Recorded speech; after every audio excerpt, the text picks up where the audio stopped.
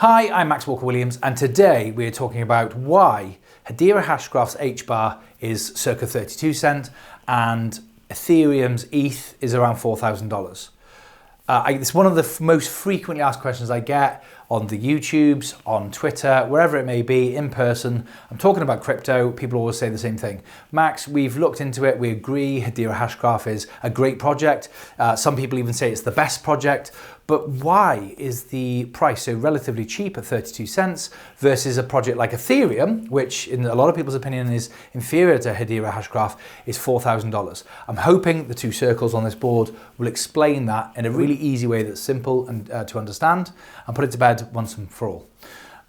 So it's important to remember that the crypto industry is very, very young, particularly in the form that we have it today.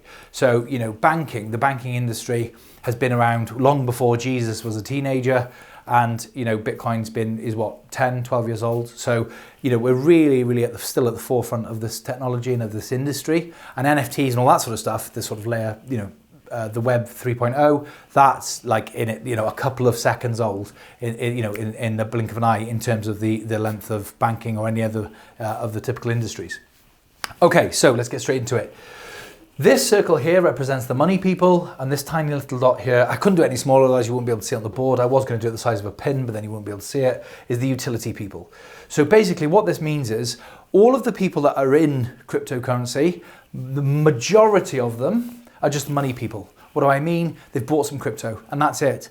They've bought some cryptocurrency and they bought it because their mates bought it, their dog bought it, the next door neighbor bought it, because Elon Musk told them to buy it, because they like the logo, they like the advertising, they like the branding, they like the colors, they like some of the promises that the coin make, or because Greater Fool Theory, which I talk about quite a bit, they believe that one day somebody will buy off them for more money than they paid for it. So coins like Doge and at the moment it's SHIB, you know, in my opinion, they're all nonsense coins with no projects with no real substance. But Doge, which is literally a joke, was at one point was worth more money than HBAR, which is going to be running the internet one day. And it's just because most people buy the cryptos and then never experience the utility, never experience utilizing them, using the cryptos. So that's the equivalent of all these people here have bought tickets to a concert or a festival that has never happened before and they've never been to. So they've bought the ticket because they like the festival's website, they like the adverts, they like the acts they're told are going to be performing.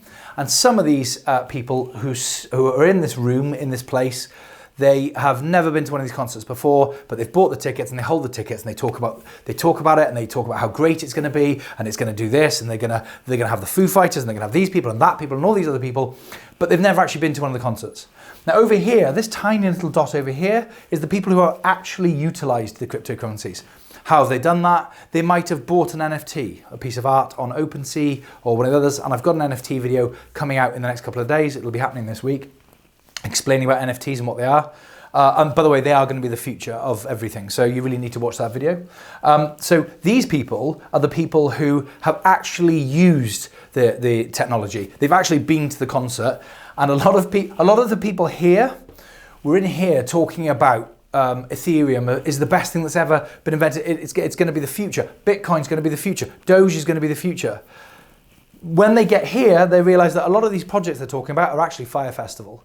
They get there and it's an absolute disaster. What do I mean by that? These are genuine tweets I'm going to put up on the screen now. But it's, guys, gas fees are really low at the moment. So send me some of your art and maybe I can buy it. What does that mean? It means that the cost of trading on the Ethereum platform is low. There's a window of opportunity where we can buy and sell our products and it's not going to be cripplingly expensive to do so. How mad is that? That the service is interrupted by the cost of being on that service. Imagine going to Barclays Bank and saying, hi there, I'd like to pay in some money today, or I'd like to cash a check, or I'd like to withdraw some money, or I'd like to send some money to somebody. And they say, yeah, our rates are changing all the time. And right now it's more money to send the money you want to send than the money itself. You want to send 100 quid, it'll cost you 1,000 quid. What? Right, well, I'll come back tomorrow. How much is it going to be tomorrow? Can't tell you. It depends how busy we are and so on and so forth, what kind of mood I'm in. So come back tomorrow. And we wouldn't tolerate that with the banking, the old banking system that we've got, but we see people on Twitter seem to tolerate that with the likes of Ethereum. Why? Because Ethereum was one of the first to be able to enable NFTs. OpenSea, the biggest website, was built on there. So people are using it at the moment. I mean, let's get, it's literally destroying the world, but we can get to that. And OpenSea, if they don't change what they're doing, they're going to be left behind. If anyone watching this is in touch with anyone who works at OpenSea, they need to know that ETH2, I don't think it's coming. And if they don't do something, they are going to be left behind. Why? Because more and more people are moving from this circle, where they've just bought a bit of Doge or they've bought a bit of Bitcoin or whatever, and they're moving into the circle. They're buying NFTs. They're doing different things with cryptocurrency. That means they actually interact. They go to the concert and they experience it for themselves. And then they go, hang on a minute, why are we using Ethereum? Do you realize, it's just a shame that these guys can't speak to these guys more frequently and say, do you realize this is a true, real thing that happened? A man on the internet was trying to send $6,000 worth of ETH, and to do so would have cost him $9,000 worth of ETH. What are we doing? Now, a project like Hedera Hashgraph, to send $6,000 worth of Hedera Hashgraph, HBAR, would have cost him 0.001. 0.00001. Same with Ripple and same with a few other projects. So why is ETH $4,000? Because there are far more people who own cryptocurrency who have never used it. They've bought it and then they've just gone about their lives. That's it. Speculation. However, the future is bright. Why? Because there are more and more use cases for cryptocurrency, and that means there's more and more people using it, and more people, by the way, people are piling into this every day. So there's another circle, which is people who have not only never used cryptocurrency, they've never bought any either, and that's the rest of the planet. And that circle wouldn't fit on this board, it wouldn't fit on this building. That circle is huge, and it's there. And that circle is getting smaller because more and more people are using crypto and experiencing crypto and buying crypto and piling into this circle. And then this circle is growing because more people are piling into it, but it's also shrinking because more people are then starting here, buying some crypto and dabbling in it. And then they're actually learning, they're going on a journey like we've all done online, watching videos like this one. They're learning about NFTs, they're learning about smart contracts, and they're actually using cryptocurrencies. And it's here that they learn that sometimes it costs more in Ethereum to send Ethereum than the Ethereum you're sending in the first place.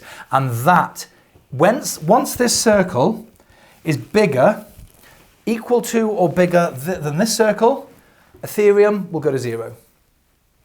Unless Ethereum can do something about their gas fees and the like, and HBAR will go to the moon. And that is why Ethereum is $4,000 currently, around, and HBAR is around 32 cents. But the future is bright for these cryptos. Hedera Hashgraph, HBAR, please stay strong. It will come through. The technology is undeniable. And only people who've been to Fire Festival can compare it to Glastonbury or and eventually the noise dissipates, it falls away. More and more people who own Ethereum, and I've actually seen this. There was a guy who owned $100,000 worth of Ethereum, and he'd owned it for a while. And then he actually tried to buy something on OpenSea and realized the penny dropped. This has no future. It's a very new industry. People are piling in. They make the most noise. They've got the nicest brochure. They've got the best website. They've got the coolest colors. They've got the celebrity endorsements. They've got Jay-Z doing rap signals. And it's all wicked and cool until you actually go and try and use it. Then it breaks in your hands, falls apart.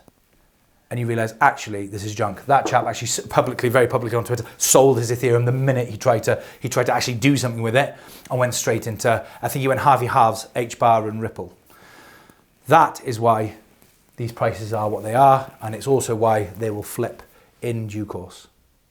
Thanks ever so much for watching. I hope you've enjoyed this video. Don't forget, we're going to be giving some of these tokens away that we were kindly given by HBAR2Moon on Twitter at HBAR_2_moon. Not the easiest name to say. And we're going to be doing a little other stuff. I'm not going to be announcing it on this video because it's a little short video, quick one, explaining about pricing. There was an NFT video, and maybe I'm going to be announcing something on there, who knows.